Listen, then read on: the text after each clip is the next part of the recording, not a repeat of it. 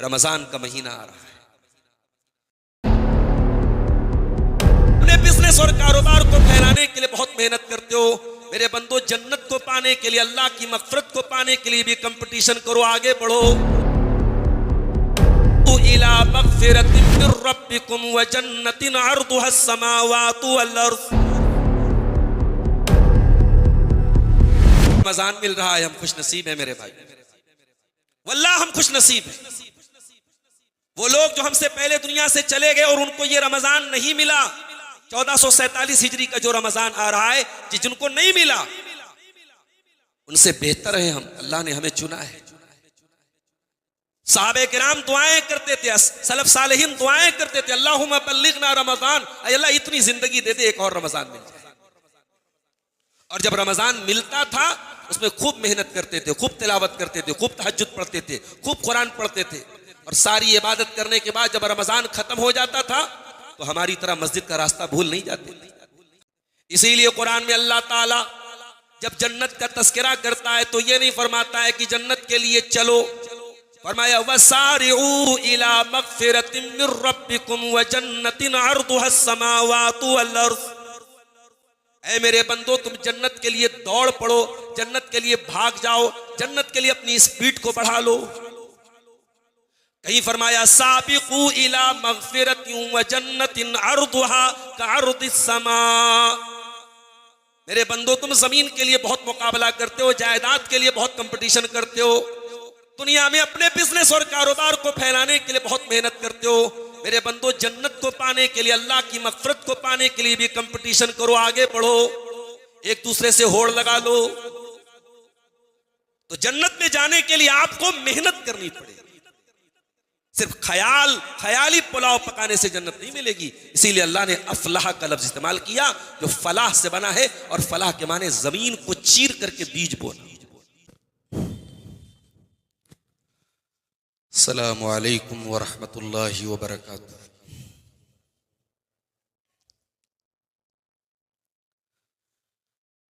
अल्हम्दुलिल्लाह नहमदुहु व नस्तईनुहु व नस्तगफिरुहु व नऊज़ु बिल्लाहि मिन शुरूरि अनफुसिना व मिन सय्यिआति अअमालिना। मन यहदिहिल्लाहु फला मुदिल्ल लहु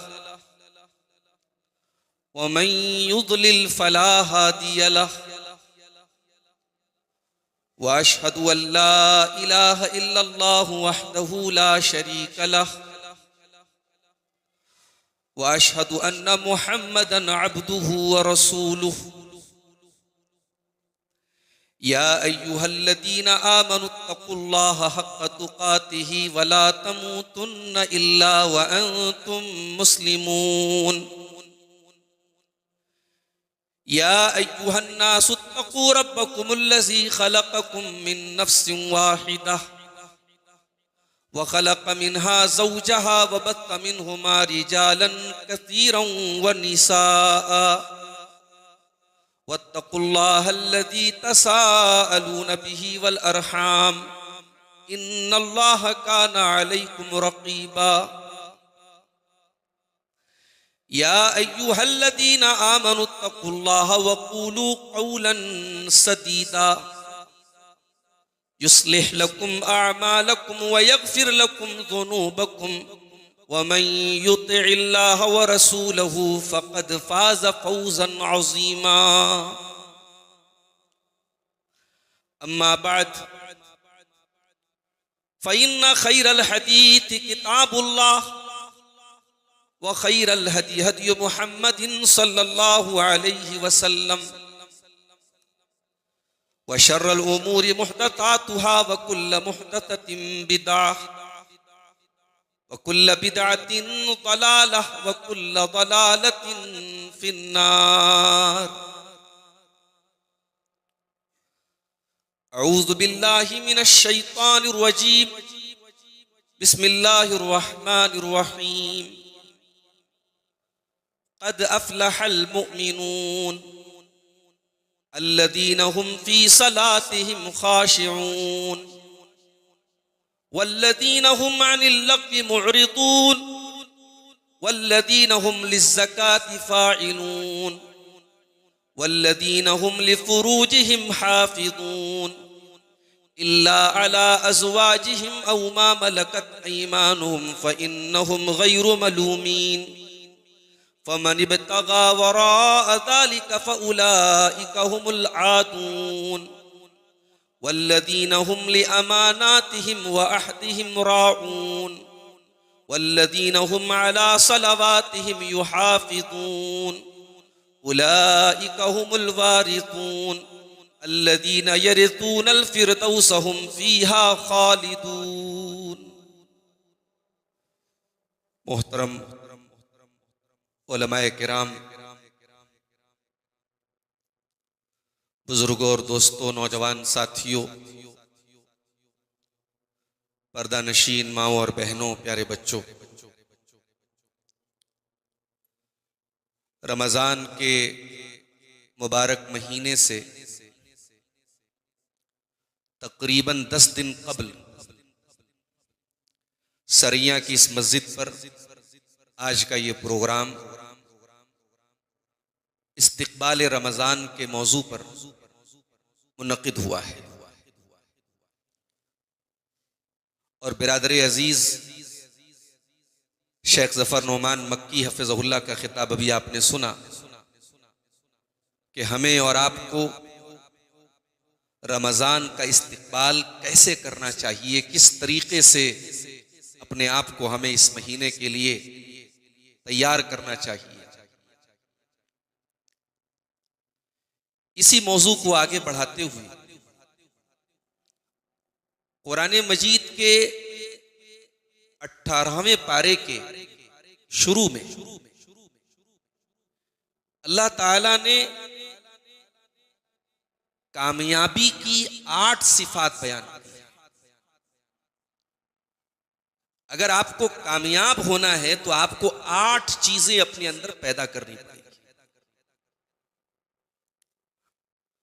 और एक बात नोट कर लीजिए कि कुरान जब कामयाबी बोलता है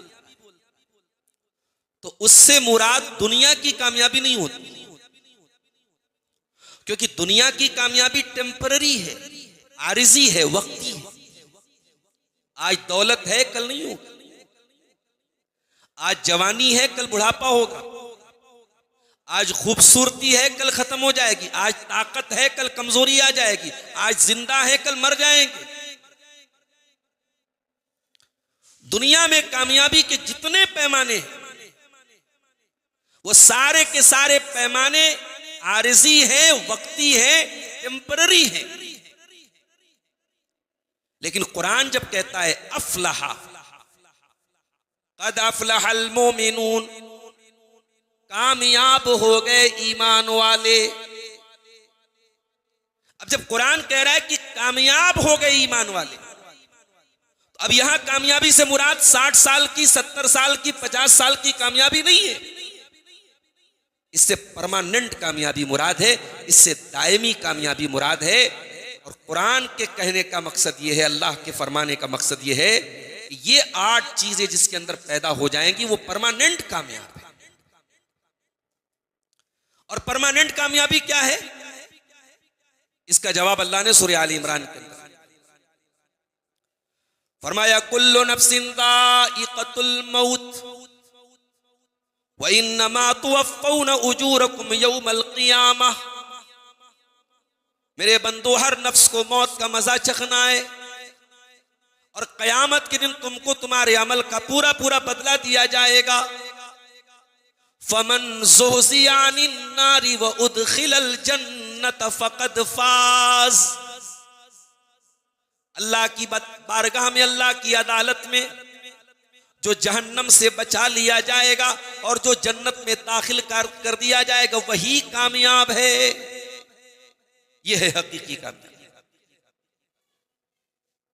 थोड़ा आप लोग आगे आ जाए, आगे आ जाए, जगह है इधर, आगे थोड़ा आगे आ जाए, पीछे वालों को थोड़ा तकलीफ ना हो। आ जा, थोड़ा सा आगे। अब इसका मतलब ये हुआ कि 18वें पारे के अंदर अल्लाह जब ये कह रहा है कि कामयाब हो गए ये लोग, तो गोया अल्लाह ताला ये बता रहा है कि 8 चीजें जिसके अंदर पैदा हो जाएंगी वो जहन्नम से बचा लिया जाएगा और जन्नत में दाखिल कर दिया जाएगा।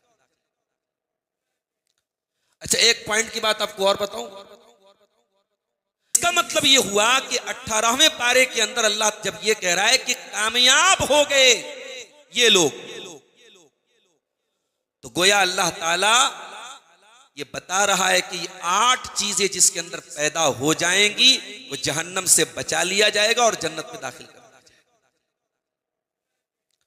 अच्छा, एक पॉइंट की बात आपको और बताऊं। अल्लाह ने 18वें पारे के शुरू में 8 चीजें बयान की और 8 चीजें बयान करने के बाद अल्लाह ने एक बड़ी अजीब बात की। क्या फरमाया? उलाइका हुमुल वारिसून अल्लज़ीना यरिसूनल फिरदौस हुम फीहा खालिदून। ये 8 चीजें अपने अंदर पैदा कर लो, तुम जन्नत के वारिस बन जाओ। और जन्नत में भी जो सबसे टॉप क्लास है, जन्नत में भी दर्जात होंगे, जन्नत में भी मरातिब होंगे, जन्नत में भी क्लास होंगे। तो जन्नत का जो सबसे टॉप क्लास है उसका नाम अल फिरदौस है। इसीलिए अल्लाह के नबी फरमाते हैं जब तुम जन्नत मांगो तो अल्लाह से जन्नतुल फिरदौस का सवाल। तो ये 8 चीजें अगर आपने पैदा कर ली तो आप सिर्फ जन्नत नहीं, जन्नतुल फिरदौस के वारिस बन जाए। अल्लाह ने वारिस क्यों कहा? अल्लाह ये भी तो कह सकता था कि ये 8 चीजें पैदा कर लो, जन्नत में चले जाओ। अल्लाह ने वारिस का लफ्ज इस्तेमाल किया। अल्लामा इब्न तैमिया लिखते हैं कि वरासत एक ऐसा हक है जिसको दुनिया की कोई ताकत काट नहीं सकती। वरासत एक ऐसा हक है, आप दे या ना दे, आप बेईमानी कर ले, गसब कर ले, लेकिन जो मैयत का वारिस है कयामत तक वो वारिस ही माना जाए। बेटा बाप का वारिस है, बेटी बाप की वारिस है, बाप अपने औलाद के तरके का वारिस है। जिसका अल्लाह ने वरासत में हिस्सा मुकर्रर कर दिया है उसको कोई रोक नहीं सकता, उसका हक मुतय्यन है, उसका हक फिक्स। इसका मतलब ये हुआ ये 8 चीजें अगर आप पैदा कर लें तो अल्लाह गारंटी ले रहा है कि आप जन्नत के वारिस बन जाए। दुआ कीजिए अल्लाह ताला इन 8 चीजों को हम सबको अपने अंदर पैदा करने की तौफीक। और खास तौर से रमजान का महीना आ रहा है, जिंदगी में एक और रमजान मिल रहा है। हम खुश नसीब है मेरे भाई, वल्लाह हम खुश नसीब हैं। वो लोग जो हमसे पहले दुनिया से चले गए और उनको ये रमजान नहीं मिला, 1447 हिजरी का जो रमजान आ रहा है, जिनको नहीं मिला उनसे बेहतर है हम। अल्लाह ने हमें चुना है। सहाबे किराम दुआएं करते थे, सलफ सालेहीन दुआएं करते थे, अल्लाहुम्मा बल्लिगना रमजान, अल्लाह इतनी जिंदगी दे दे एक और रमजान मिल जाए। और जब रमजान मिलता था उसमें खूब मेहनत करते थे, खूब तिलावत करते थे, खूब तहज्जुद पढ़ते थे, खूब कुरान पढ़ते थे। और सारी इबादत करने के बाद जब रमजान खत्म हो जाता था तो हमारी तरह मस्जिद का रास्ता भूल नहीं जाते थे, हमारी तरह कुरान लपेट के बंद नहीं कर देते थे, हमारी तरह नेकियों का दरवाजा बंद नहीं कर देते थे।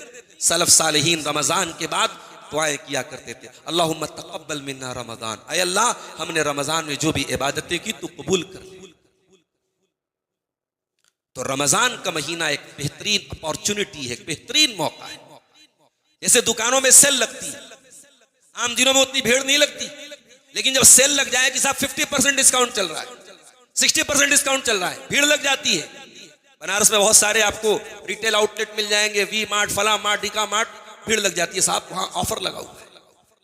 ये नेकियों का ऑफर है मेरे प्यारे साथी, नेकियों की सेल लगी है। आसमान के दरवाजे खोल दिए जाते, रहमत के दरवाजे खोल दिए जाते, जहन्नम के दरवाजे बंद हो गए, शैतान कैद हो गया।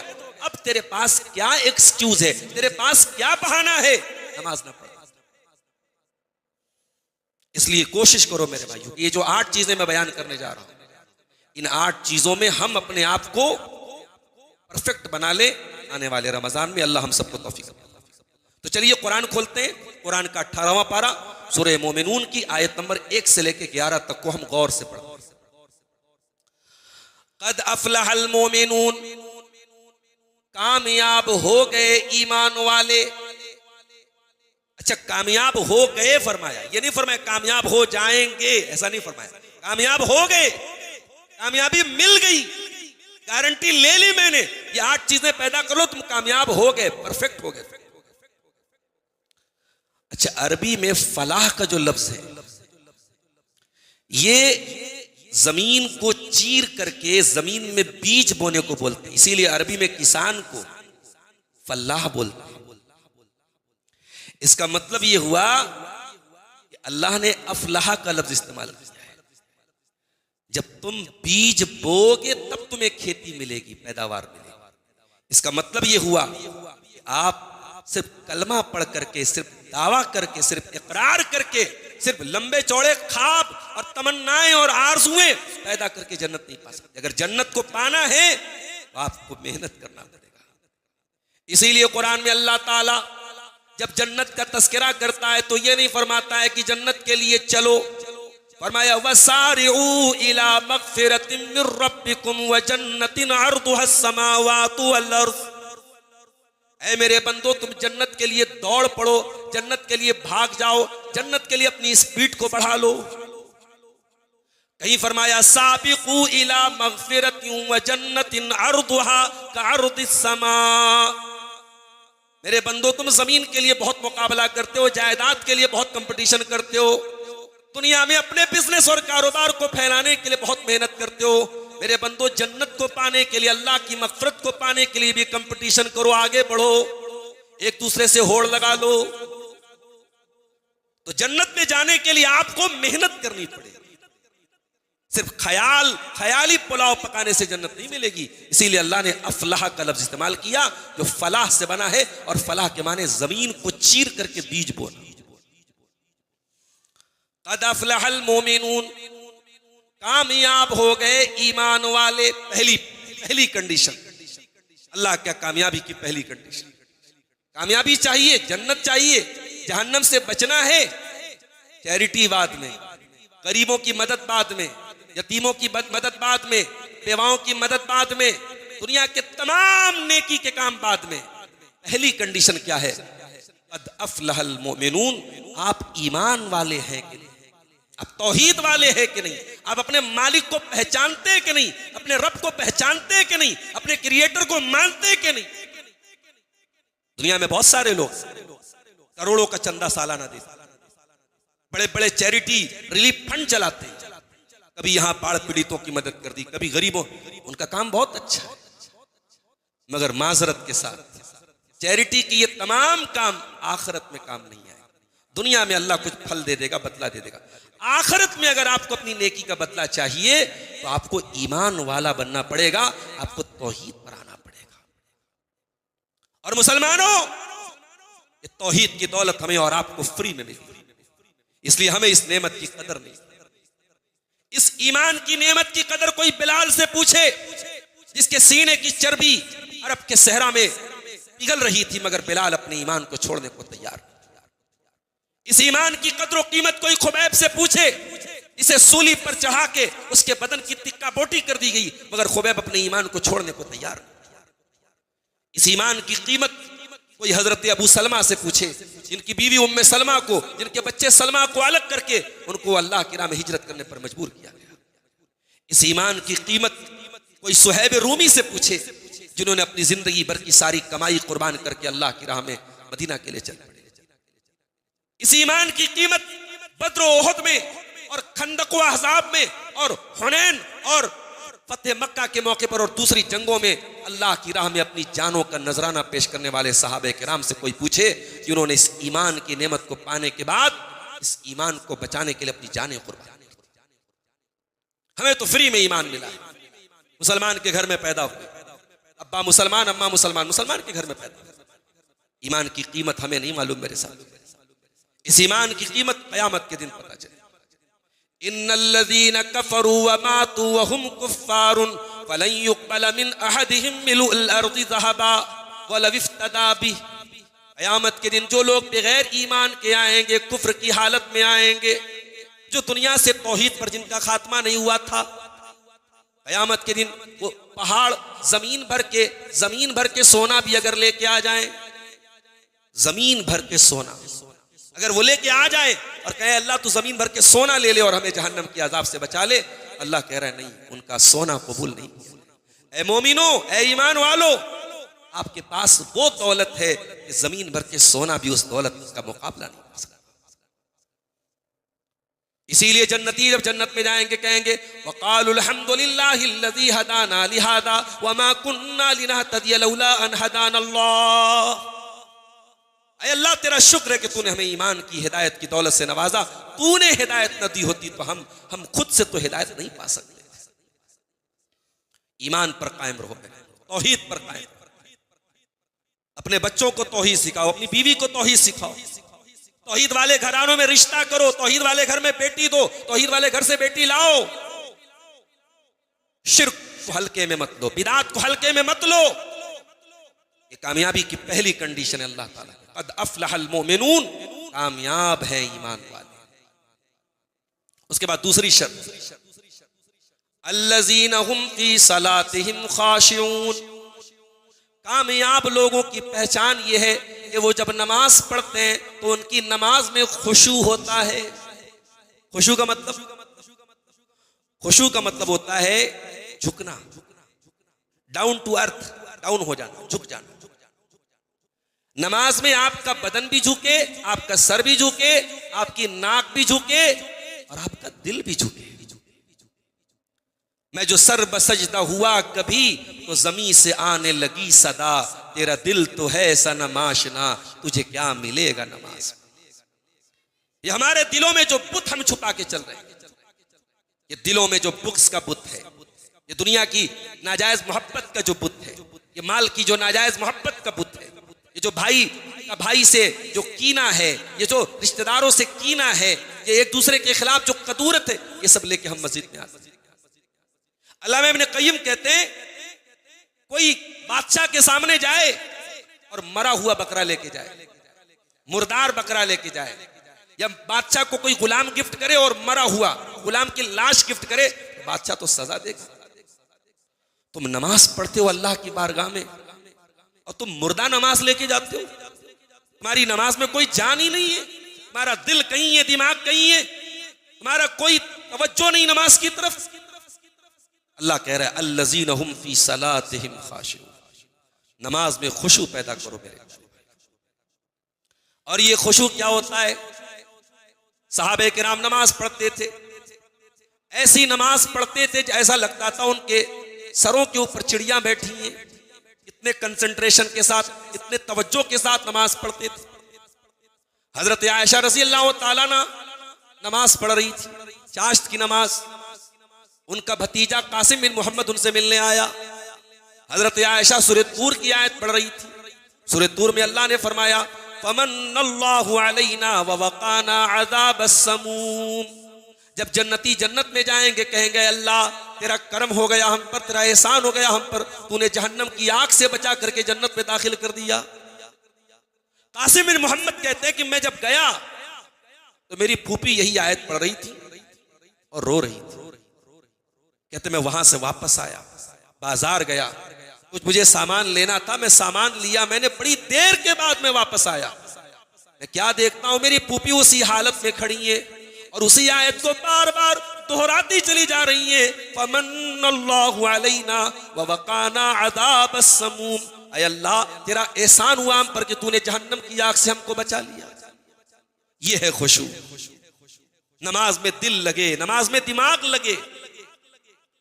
और ये बात भी नोट कर लो मेरे साथ, कयामत की एक निशानी अल्लाह के नबी ने यह भी बयान फरमाई थी कि कयामत के पहले खुशू को उठा लिया जाए। मुस्नद अहमद की एक हदीस है, अल्लाह के नबी ने आसमान की तरफ देखा और फरमाया हाज़ा अवानुन अन युरफ़अल इल्म, ये वो वक्त है जब इल्म उठा लिया जाए। सहाबा में एक सहाबी थे, उनका नाम ज़ियाद बिन लबीद था। उन्होंने कहा अल्लाह के नबी युरफ़अल इल्म वफ़ीना किताबुल्लाह वक़द अल्लमना निसाना व अबनाना। अल्लाह के नबी कैसी बात कर रहे हैं? हमारे बीच में कुरान मौजूद है, हम अपने बच्चों को कुरान सिखा रहे हैं, शरीयत सिखा रहे हैं, अपनी औरतों को दीन सिखा रहे हैं, और आप कह रहे इल्म उठा लिया जाएगा। अल्लाह के नबी ने फरमाया कि ऐ ज़ियाद बिन लबीद, मैं तो तुम्हें बड़ा समझदार आदमी समझता था, तुम तो बड़ी नासमझी की बात कर रहे हो। ऐ ज़ियाद बिन लबीद, क्या यहूदियों के पास तौरात नहीं थी? क्या ईसाइयों के पास इंजील नहीं थी? इंजील थी, तौरात थी, अल्लाह की किताबें थी, फिर भी वो गुमराह हो गए। क्यों? उन्होंने अमल कुछ